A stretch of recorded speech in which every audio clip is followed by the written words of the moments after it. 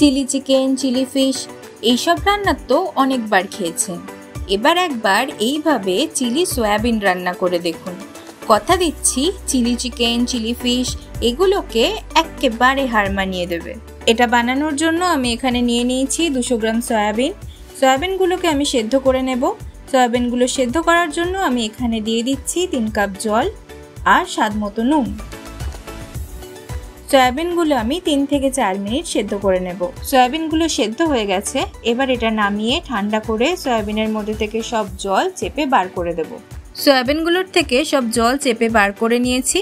আচ্ছা, এখানে একটা টিপস দিয়ে রাখি, সয়াবিনের মধ্যে যেন একদম জল না থাকে, যতটা সম্ভব জল চিপে বার করে দেবেন। এবার এর মধ্যে 2 ডিম ফাটিয়ে দিয়ে দিচ্ছি আর দিচ্ছি 2 টিস্পুন রসুন বাটা, দিয়ে দিচ্ছি স্বাদ মতো নুন। মনে রাখবেন সয়াবিন সেদ্ধ করার সময়ও কিন্তু নুন দিয়েছি, সুতরাং সেই বুঝে নুনটা আমি এখানে অ্যাড করছি। দিচ্ছি হাফ টিস্পুন হলুদ গুঁড়ো, হাফ টিস্পুন চিলি ফ্লেক্স আর দিচ্ছি একটা ম্যাজিক্যাল ইনগ্রেডিয়েন্ট 2 টিস্পুন সেজওয়ান চাটনি। এটা দিলে এর টেস্ট কিন্তু দ্বিগুণ হয়ে যাবে। এবার সবকিছুকে খুব ভালোভাবে মেখে নিচ্ছি। আমি এখানে কর্নফ্লাওয়ার দিতে ভুলে গিয়েছিলাম, তাই এর মধ্যে 2 টেবিলস্পুন কর্নফ্লাওয়ার দিয়ে সয়াবিনগুলোকে মেখে নিচ্ছি। এবার একটা কড়াইয়ে তেল গরম করে সয়াবিনগুলো একটা একটা করে ছাড়তে থাকবো। এখানে একটা টিপস দিই, সয়াবিনগুলো যখন ছাড়বেন তখন গ্যাসের ফ্লেম লো থেকে মিডিয়াম রাখবেন। তারপর সয়াবিনগুলো ছাড়া হয়ে গেলে ফ্লেমটা আবার হাই করে দেবেন। এই দেখুন কি সুন্দর সয়াবিনগুলো ভাজা হয়ে গেছে। এবার এগুলোকে একটা প্লেটে তুলে নেব। এবার একটা কড়াইয়ে 3 টেবিলস্পুন তেল দিয়ে তার মধ্যে 1 টেবিলস্পুন আদা রসুন বাটা আর হাফ টিস্পুন চিলি ফ্লেক্স দিয়ে দেব। রসুন আর চিলি ফ্লেক্সের এই গন্ধটা এই রান্নায় একটা আলাদা মাত্রা নিয়ে আসে। এবার এর মধ্যে দিয়ে দিচ্ছি 2 মিডিয়াম সাইজের পেঁয়াজ ডুমো করে কাটা আর দিয়ে দিচ্ছি ডুমো করে কাটা একটা বড় সাইজের ক্যাপসিকাম। এবার সবকিছুকে একবার হালকা করে ভেজে নেব।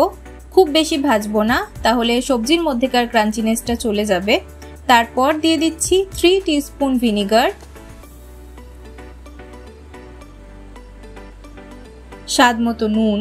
নুনটা আমি পরিমাণে একটু কমই দিচ্ছি, কারণটা আমি পরে বলছি। আর দিচ্ছি 2 কাঁচা লঙ্কা লম্বা করে কুচোনো।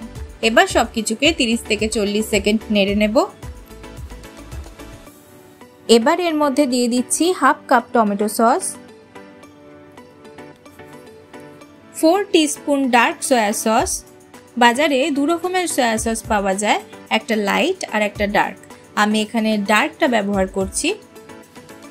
আর দিয়ে দেব 2 টেবিলস্পুন সেজওয়ান চাটনি। মনে রাখবেন এই সসগুলোতেও কিন্তু যথেষ্ট পরিমাণে নুন থাকে, তাই তখন আমি পেঁয়াজ আর ক্যাপসিকামে একটু নুনটা পরিমাণে কমই দিয়েছিলাম।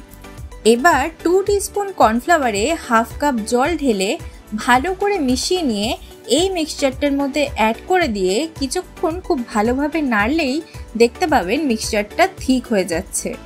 এই অবস্থায় অ্যাড করে দিচ্ছি আগের থেকে ভেজে রাখা সয়াবিনগুলো। এবার সবকিছুকে খুব ভালো করে মিশিয়ে নিতে হবে।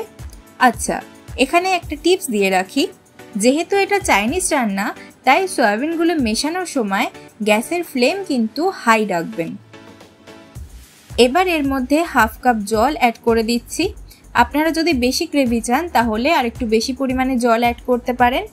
ব্যাস 1 থেকে 2 মিনিট মতো নেড়ে নিলেই রেডি গরমা গরম চিলি সয়াবিন।